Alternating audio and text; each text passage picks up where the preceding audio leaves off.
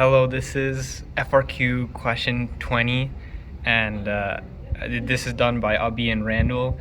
So the question is asking, a bowling ball of mass 6 kg is released from rest from the top of a slanted roof that is 4 meters long and angled at 30 degrees as shown above.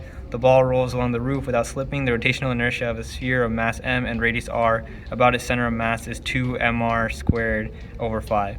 So part A is on the figure below, draw and label the forces acting on the ball at their points of application as it rolls along the roof. So here we have part A, and as you can see, there are 3 forces involved. So this force here is supposed to be the FG force of gravity. We got the normal force right here, and then this is the frictional force over here. So those are the 3 forces involved in the rotation of this bowling ball. All right, so going on to part B. All right, so part B, we start right here. So we start with trying to find the final velocity of the bowling ball when it gets to the bottom. So we start with conservation of energy. So we have mgh, which will give us the initial energy equals 1/2 mv squared plus 1/5 mv squared, which is just simplified 1/2 I omega squared, with omega being v squared over r and I being 2/5 mr squared. So then we cancel out the m's, we get gh equals 1/2 v squared plus 1/5 v squared. Then we combine those, get gh equals 7/10 v squared. So then we move to another equation, which is 2 alpha theta equals omega final squared minus omega initial squared, but omega initial is 0, so we can cancel that out. So then we replace omega final with, or omega final squared with v squared over r squared. Then we can replace v squared, the v squared we got over here from rearranging this equation, which makes it v squared equals 10 gh over 7. So we can plug that in for v squared over here and divide it by r squared, putting r squared at the bottom.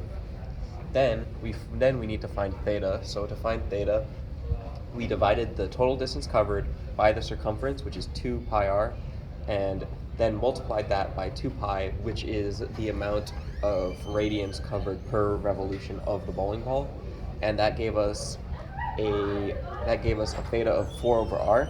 So we get 2 alpha 4 over r equals 10 gh over 7 r squared. So multiplying out, simplifying, we get 2 times 4 is 8 alpha. Then we multiply both sides by r, so we get 8 alpha equals 10 gh over 7 r. And then we bring that over here, where we divide it by 8 to get alpha equals 10 gh over 56r. So then we bring out another equation, which is I alpha, which is one torque equation, equals F force times radius, which is the other torque equation. And then we pull out, then we plug in for I 2/5 mr squared, plug in our alpha from up here, and equals F times r. So then we multiply everything out, we get 20 ghm r squared over 280 r equals F times r. Then we simplify, 20 over 280 equals 1 over 14. So we get, and then we simplify the r, so we get ghm over 14 equals fr.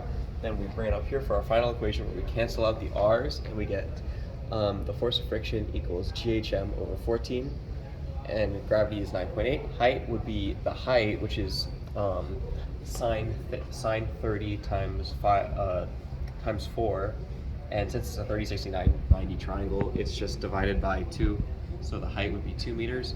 So 9.8 times 2 meters times the mass, which was 6 kilograms, divided by 14, it gave us 8.4 newtons.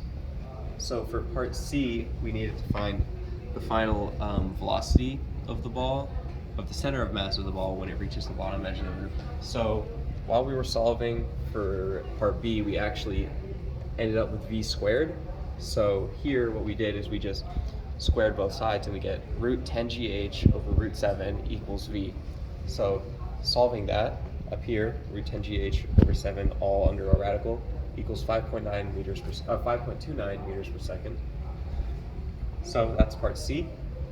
And for part D, a wagon containing a box is at rest on the ground below the roof, so that the ball falls a vertical distance of 3 meters and lands and sticks in the center of the box. The total mass of the wagon in the box is 12 kilograms. Calculate the horizontal speed of the wagon immediately after the ball lands in it. So there's all that information about the height and that, but since all we're worried about is the horizontal speed, we can actually cancel out all the vertical velocities, meaning that we don't have to worry about acceleration or anything like that. So all we have to do is find the initial x component of the velocity of the bowling ball, which if we have a triangle here, the velocity we got from part C was the hypotenuse, and the velocity we need is this leg here. So we just do cosine 30 times 5.29 equals Vx, which is the bottom. So we get Vx as 4.6 meters per second.